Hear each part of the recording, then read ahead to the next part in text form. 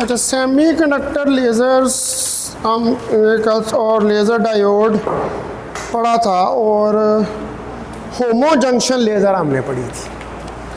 आज हमने hetero junction laser जो है उसको स्टडी करना। Hetero junction laser.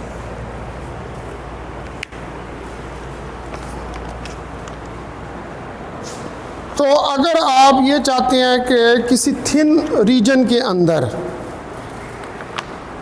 जो है आपने मेंटेन रखना है इन्वर्जन को और good optical wave guide properties को, तो इसके लिए आपको यूज़ करने पड़ते हैं additional materials.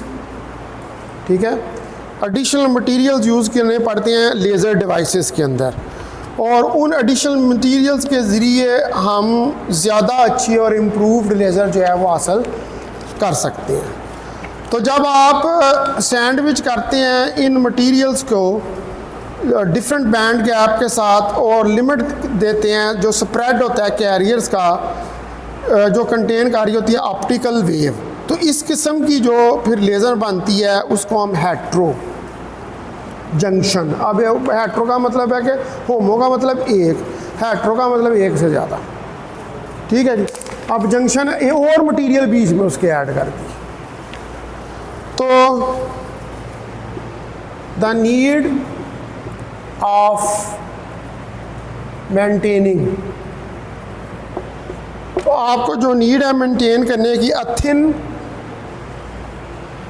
Inversion region, thin inversion region and good optical wave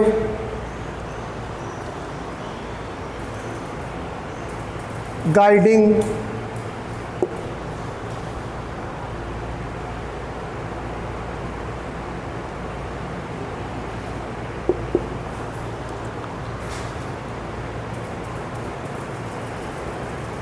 properties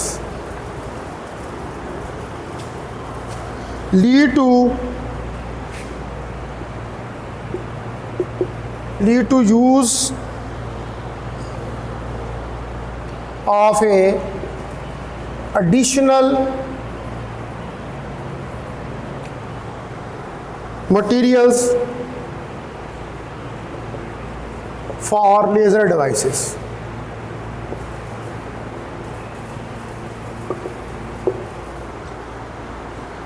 तो इम्प्रूव्ड ऑपरेशन जो है, अब improved operation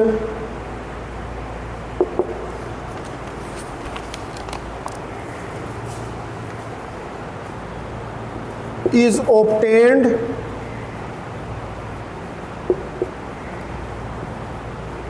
by sandwiching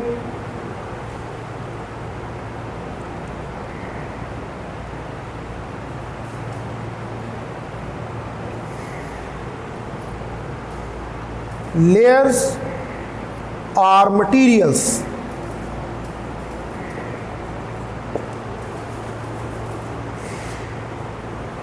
with different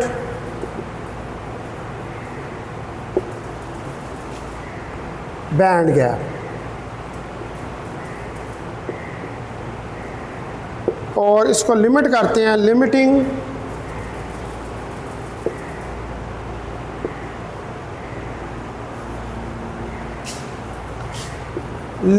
the spread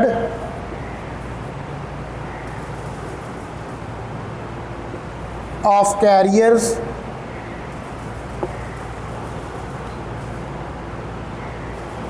and containing optical wave.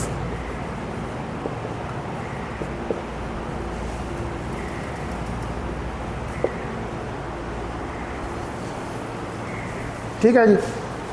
तो अब एक तो स्प्रेड रोकना है कैरियर्स का कि बहुत ज़्यादा फैले ना जो चार्ज कैरियर्स हैं, और दूसरा ये है कि आपने सैंडविच करना है मटेरियल्स को, और मटेरियल्स हैं उनको उनके साथ डोपिंग करनी है और मटेरियल्स जो हैं उसके अंदर वो ऐड कर देंगे, ताकि आपके पास मज़ीद, अब जब ज़्यादा मटेरियल आप ऐड करेंगे तो चार्ज कैरियर ज़्यादा होंगे। जब चार्ज कैरियर ज़्यादा हो जाएंगे तो बहुत ज़्यादा चार्ज कैरियर भी आपका वो सिस्टम बंद कर देंगे। तो उसके लिए भी फिर आपको उसका स्प्रेड जो है वो रोकना पड़ता है, ताकि आउटपुट के ऊपर जो आपको ऑप्टिकल वेव मिल रही है यानी कि लेज़र मिल रही है वो एक कोहेरेंट फॉर्म में आपको मिल जाए। और इस तरह चार्ज कैरियर्स को लिमिट किया जाए कि वो जो आपका अपरेटस है, वो जो कल मैंने बताया था बॉक्स होता है, उस बॉक्स के अंदर वहाँ पर एक मटेरियल रखा हुआ था मेटल बॉक्स में, अब यहाँ पर एक से ज़्यादा हो। ठीक है, तो अभी हमने जो पिछला सेक्शन जो स्टडी किया था, जो आपके पास बैंड गैप होते हैं मुख्तलिफ कंपाउंड्स के, उनको आप एडजस्ट करते हैं by varying the composition of elements. अब बैंड गैप, अब ज़ाहिर बात आप मटेरियल ऐड कर रहे हैं, अब वो मटेरियल जो है वो मुख्तलिफ एलिमेंट्स के कंपाउंड्स बने हुए हैं, एलिमेंट्स कंपाउंड्स बना रहे हैं, तो आपको वो जो कंपाउंड्स हैं उनको एडजस्ट करना पड़ेगा। कैसे? एलिमेंट्स की कंपोजिशन को चेंज करके। कंपोजिशन का मतलब है कितनी मिकदार में एलिमेंट उसके अंदर डालना है। ठीक है ना, मिसाल के तौर पर 1 ग्राम एक एलिमेंट डालना है, आधा ग्राम दूसरा एलिमेंट डालना है, किस तरह उसकी कंपोजिशन देनी है। लेकिन कंपोजिशन जो है उसकी इस तरह देनी है, उसको इस तरह एडजस्ट करना है कि हमारा बैंड गैप जो है वो एडजस्ट हो सके। ये नहीं है कि बैंड गैप या बहुत नैरो हो जाए या बहुत वाइड हो जाए। ठीक है, तो जो आइडियल है यहाँ पर यूज़ मटेरियल्स का, जिसकी मदद से जो हम लेटेस्ट कॉन्स्टेंट्स होते हैं इनकी मदद से हम मटेरियल जो होता है उनका हमें पता लगता है, तो उसके अंदर हम जो डिफेक्ट्स होते हैं, ठीक है, ये होता है लेटेस्ट कांस्टेंट होता है, ये मैकेनिकल प्रॉपर्टी होती है किसकी? मटेरियल्स की। ये सॉलिड स्टेट में शायद आपने निकाले हो, मुख्तलिफ मटेरियल्स के लेटेस्ट कांस्टेंट निकाले जाते हैं कि वो मटेरियल जो होता है उसके सॉलिड का स्ट्रक्चर किस तरह का है।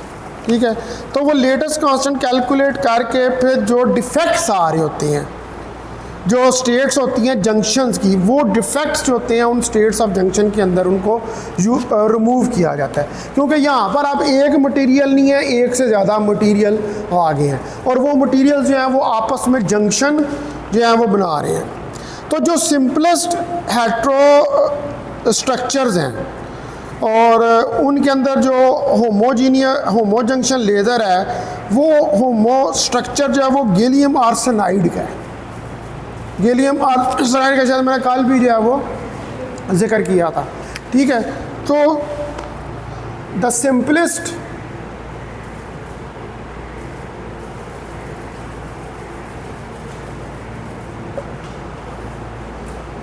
of the hetero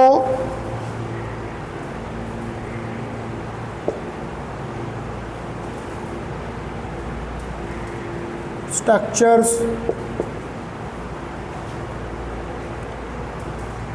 is the single heterojunction laser.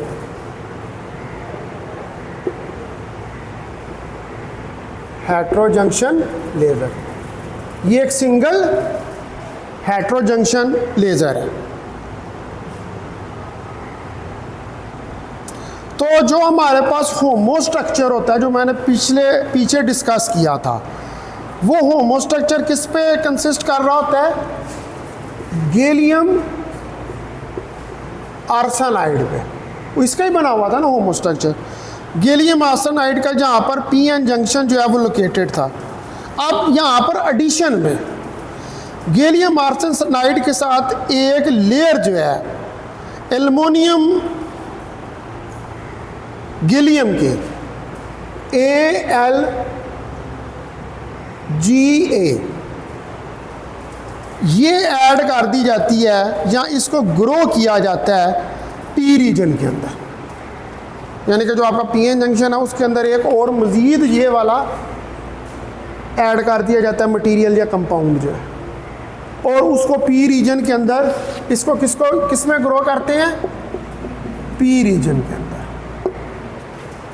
P region मतलब which contains positive charge carriers, जिसके पास पॉजिटिव चार्ज कैरियर्स होते हैं। अच्छा, अब मैं ज़रा इसकी बनाता हूँ फिगर।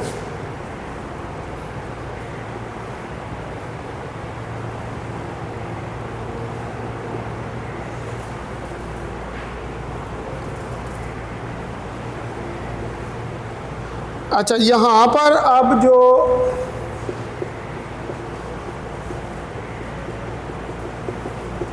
ये वाला पोर्शन है, इधर मैं कहता हूँ कि ये मेरे पास कोई पी रीजन है, और पी रीजन जो है इसके अंदर ये गैलियम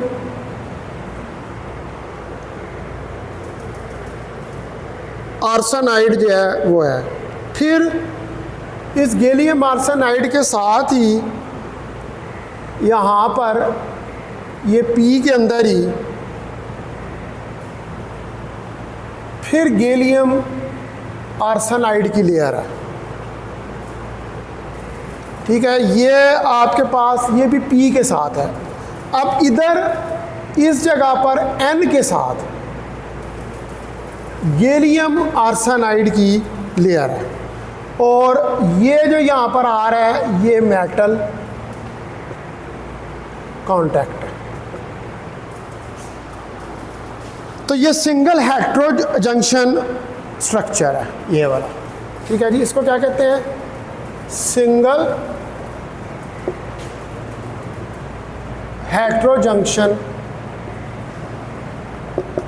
स्ट्रक्चर।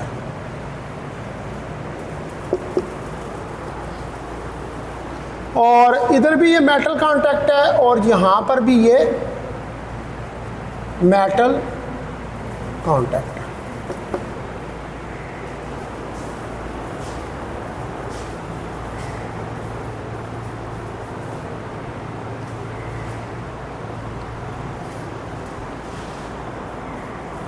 अब इस स्ट्रक्चर का ये फ़ायदा होता है कि हम इजीली इसको फैब्रिकेट कर सकते हैं, यानी कि इसकी फैब्रिकेशन कर सकते हैं।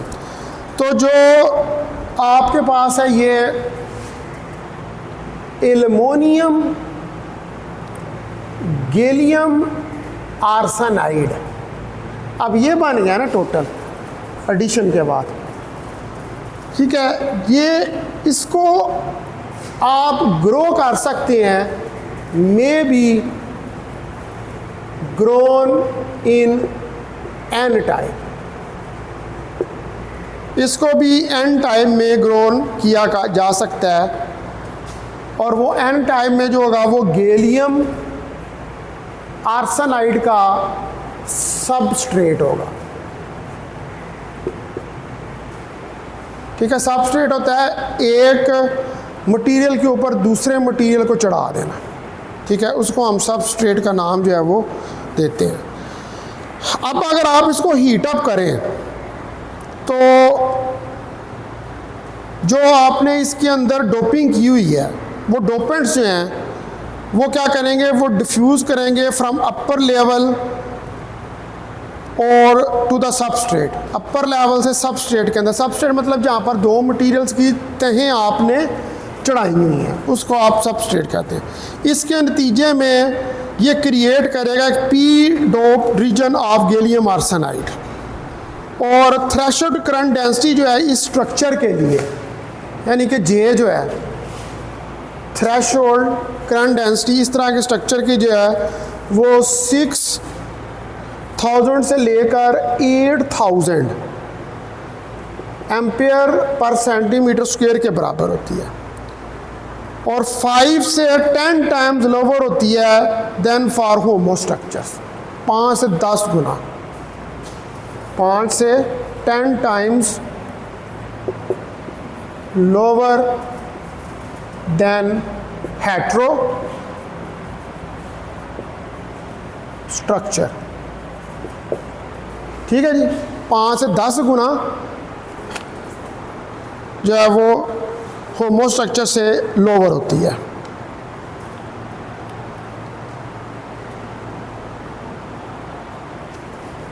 सॉरी, ये मैंने हेटेरो लिख दिया।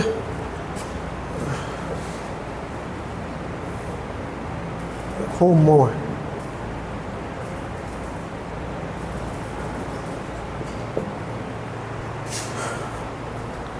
ठीक है जी। अब मैं जो है यहाँ पर ज़रा एक एनर्जी लेवल डायग्राम बनाता हूँ। ये तो कंस्ट्रक्शन दिखाई है ना, अब ज़रा एनर्जी लेवल इसकी डायग्राम देखें। तो एनर्जी लेवल डायग्राम में आप देखें कि अगर मेरे पास ये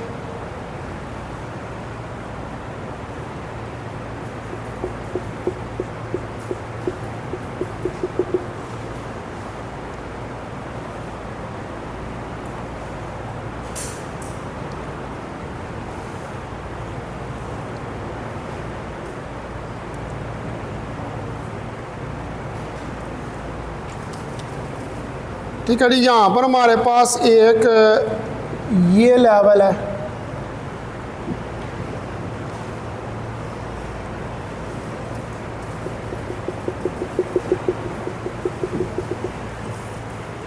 ठीक है।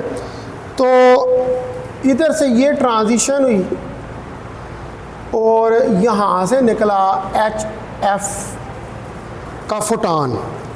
इसको कह दें आप एफ, इसको एच न्यू कह दें, चलो एफ न्यू और एफ सी इसको कह दें। अब यहाँ पर ये जो रीजन है ये एन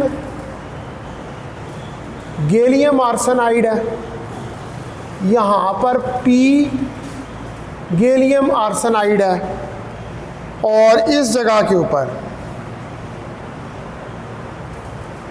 ये पी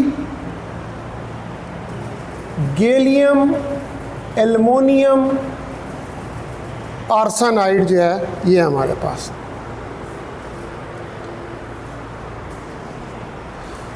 पी के अंदर इसको ग्रो किया हुआ है एक और मटेरियल के साथ।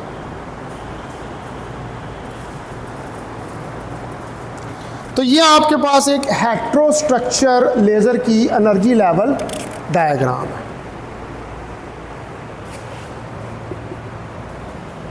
Energy level diagram of heterostructure laser, ठीक है जी। ये एक हेट्रोस्ट्रक्चर लेज़र की डायग्राम।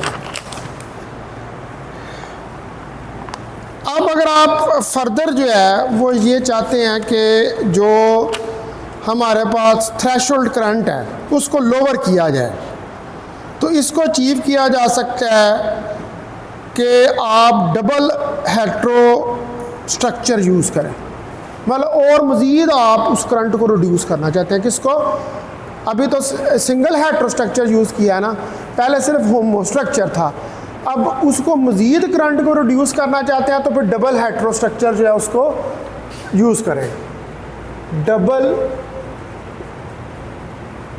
हेट्रो स्ट्रक्चर, आपको डबल हेट्रो स्ट्रक्चर चाहिए करंट डेंसिटी को मज़ीद रिड्यूस करने के लिए। तो इस स्ट्रक्चर में जो एक्टिव रीजन होता है वो सैंडविच होता है between p and n type, और ये होता है हमारे पास एल्युमिनियम गैलियम आर्सेनाइड। एक दो तीन, अब तीन हो गए,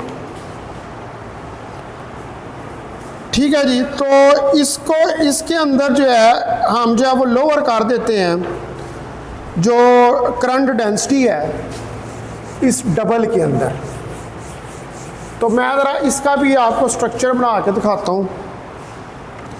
अब ज़हनी बात है कि इसके अंदर तीन आ रहे हैं आप, ठीक है, एक दो तीन, ये तीन आ रहे हैं। अब यहाँ पर भी ये मेटल कांटेक्ट है, इधर भी ये मेटल कांटेक्ट है, ठीक है। यहाँ पर अब इधर ये region p gallium aluminium arsenide, फिर इधर पी गैलियम आर्सेनाइड, फिर इस जगह पर एन गैलियम एल्युमिनियम आर्सेनाइड, और फिर इस जगह पे आपके पास एन गैलियम आर्सेनाइड। अभी कितने हो गए? 1 2 3 4। इससे पिछली में कितने थे? 1 2 3। ठीक है, अब मज़ीद कम्प्लेक्स हो गया है ये स्ट्रक्चर। तो इस डिवाइस के अंदर जो जे थ्रेशोल्ड है उसको आप लोअर कर सकते हैं सो दैट कि जो कंटिन्यूस वेव ऑपरेशन है can be allowed at lower temperature, कि कंटिन्यूसली लेज़र निकलती रहे किसके ऊपर? लोअर टेम्परेचर के ऊपर। इस हद तक आप करंट डेंसिटी को रिड्यूस कर सकते हैं। तो ये जो ज़्यादा आप कह सकते हैं कि इफेक्टिव वेरिएंट है डबल हेटेरो जंक्शन लेज़र का, और इसमें आप नैरो कर देते हैं इंजेक्टिंग करंट को, यानी कि करंट डेंसिटी कम करने का मतलब है कि करंट मज़ीद कम जो है वो कर दी जाती है, और इसमें थिन स्ट्रिप, बिल्कुल ब्रीक स्ट्रिप जो है एक्टिव मटेरियल की, उसको यूज़ किया जाता है। देखिए लेज़र में आप चाहे जितने मर्जी वो डायोड रख लें, उनके अंदर एक मटेरियल आपके पास वो होता है कि जिसको आपने एक्टिव करना हो। ठीक है जी, यानी कि जिसको एक्टिव करने के बाद उसमें से लेजिंग जो है वो स्टार्ट होनी जाती है। तो जो इंक्रीज डेंसिटी है ओवर स्मॉल एरिया वो और ज़्यादा लो करती है फर्दर रिड्यूसिंग द करंट, क्योंकि करंट डेंसिटी क्या होती है? आपको पता है कि करंट डेंसिटी होती है ये पर यूनिट एरिया, यानी कि 1/A के साथ जा रही होती है। ठीक है, तो आपने जो डेंसिटी है अगर वो इंक्रीज डेंसिटी स्मॉल एरिया में है तो फिर वो क्या करेगी? एरिया स्मॉल हो गया तो डेंसिटी कम होगी, या देखें ना इसको, एरिया स्मॉल डेंसिटी ज़्यादा, एरिया ज़्यादा डेंसिटी कम। ठीक होगी बात?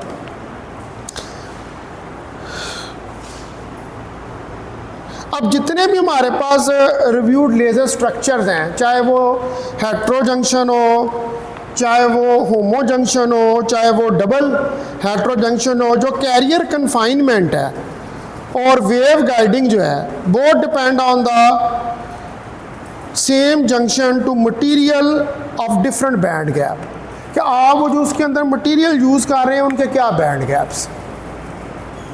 हर मटेरियल जो यूज़ करते हैं, अब जितने इसके अंदर ये 4 मटेरियल यूज़ किए हैं, इन चारों मटेरियल के बैंड गैप जो हैं वो डिफरेंट होंगे।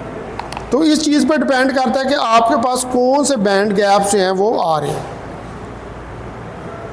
अब ये जो फंक्शंस हैं हम इनको डिवाइड भी कर सकते हैं और ऑप्टिमाइज़ भी कर सकते हैं। तो अगर सेपरेट कन्फाइनमेंट कोई रीजन आप ले लें, ठीक है जी, कुछ सेपरेट किस्म के रीजन जो हैं वो आप ले लें और कैरियर कम्बिनेशन जो है वो टेक प्लेस करे एक थिन रीजन के अंदर। मैं एक और फिगर जो है वो यहाँ पर बनाता हूँ।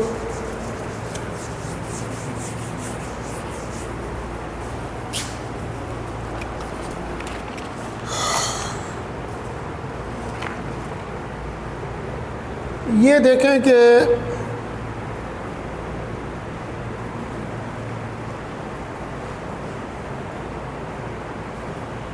ये ठीक है, इसको क्या लें, ये W है, ये N है, ठीक है, इसी के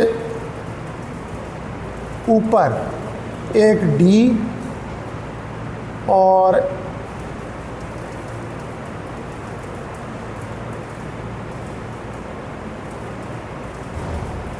ये, ठीक है, इसको ये N है और ये EG है।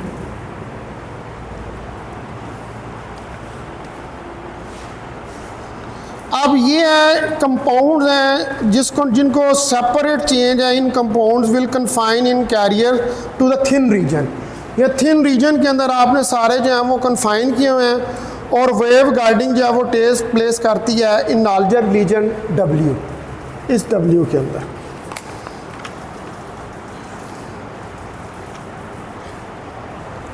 तो अब रिकम्बिनेशन जो है कैरियर्स की वो टेक प्लेस किस में करती है, थिन रीजन D के अंदर, ठीक है। तो जो ऑप्टिकल वेव गाइडेड है वो फिर किस रीजन में कन्फाइन होगी, इस वाइडर रीजन W के, इधर कन्फाइन होंगे और इधर जो है वो वेव गाइडिंग जो है वो कन्फाइन, ये वाइडर रीजन है, ये छोटा रीजन है, ठीक होगी बात।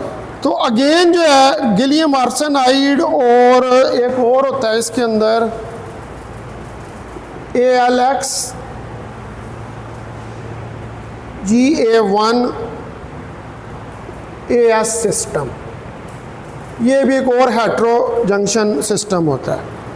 इसको भी यूज़ किया जाता है कैरियर कन्फाइनमेंट के लिए, to stop a region containing smaller amount of aluminium than wave guide needs. मतलब यहाँ इस ये वाली जो है इसको भी यूज़ किया जाता है रिकम्बिनेशन के लिए और कन्फाइनमेंट ऑफ चार्ज कैरियर्स के लिए, ठीक है। तो अगर आप ग्रेजुअली जो है वो चेंज करें एल्युमिनियम का कंटेंट, एल्युमिनियम के कंटेंट को ग्रेजुअली चेंज करते जाएं, तो जो बोथ साइड्स हैं कैरियर कन्फाइनमेंट रीजन की, अब एक और उसने रीजन यहाँ पर बनाया हुआ है, ये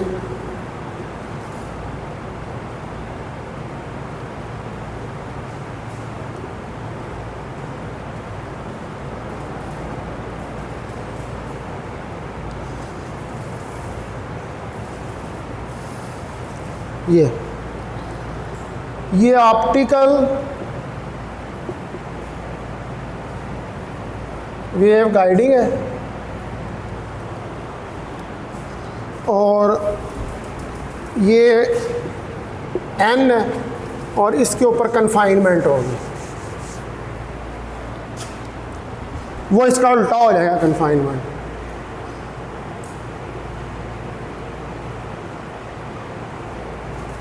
ये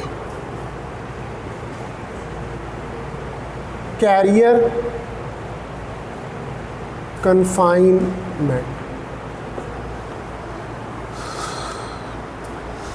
तो ये हमने फिगर्स बनाई हैं, बेसिकली ये अलाय कंपोजिशन है और देयरफॉर यहाँ पर रिफ्रैक्टिव इंडेक्स है और कैरियर कन्फाइनमेंट है, ठीक है। तो अब ग्रेजुअली अगर आप एल्युमिनियम का कांटेक्ट बोथ साइड्स पर जो है उसको चेंज करेंगे तो ये कैरियर कन्फाइनमेंट रीजन जो है, यहाँ मैंने इस पिक्चर में दिखाया है ये वाला, यहाँ पर ऑप्टिकल वेव गाइड्स हैं जो कि निकल रही है, यानी कि जो लेज़र निकल रही है, ठीक है। और इसको किससे हम कंपेयर करते हैं, इसको करते हैं फाइबर ऑप्टिक चैनल के साथ, ठीक है। फाइबर ऑप्टिक चैनल जो होता है उसके अंदर भी एक्चुअली सेमीकंडक्टर को यूज़ किया जा रहा होता है, यानी कि LED लाइट एमिटिंग डायोड्स जो हैं वो इस्तेमाल हो रहे होते हैं, ठीक है जी। उसके बाद अब ये मैंने आपको दोनों बता दिए हैं, हेट्रो जंक्शन और होमो जंक्शन। नो अब जो आगे रह गया वो हीलियम नियॉन लेज़र पे, हम गैस लेज़र्स के ऊपर आएंगे, ठीक है। अभी तक जो हमने पढ़ी हैं ये सॉलिड लेज़र्स को पढ़ा है, इन्हीं के अंदर हमने हेट्रो जंक्शन और होमो जंक्शन लेज़र्स जो हैं वो स्टडी की।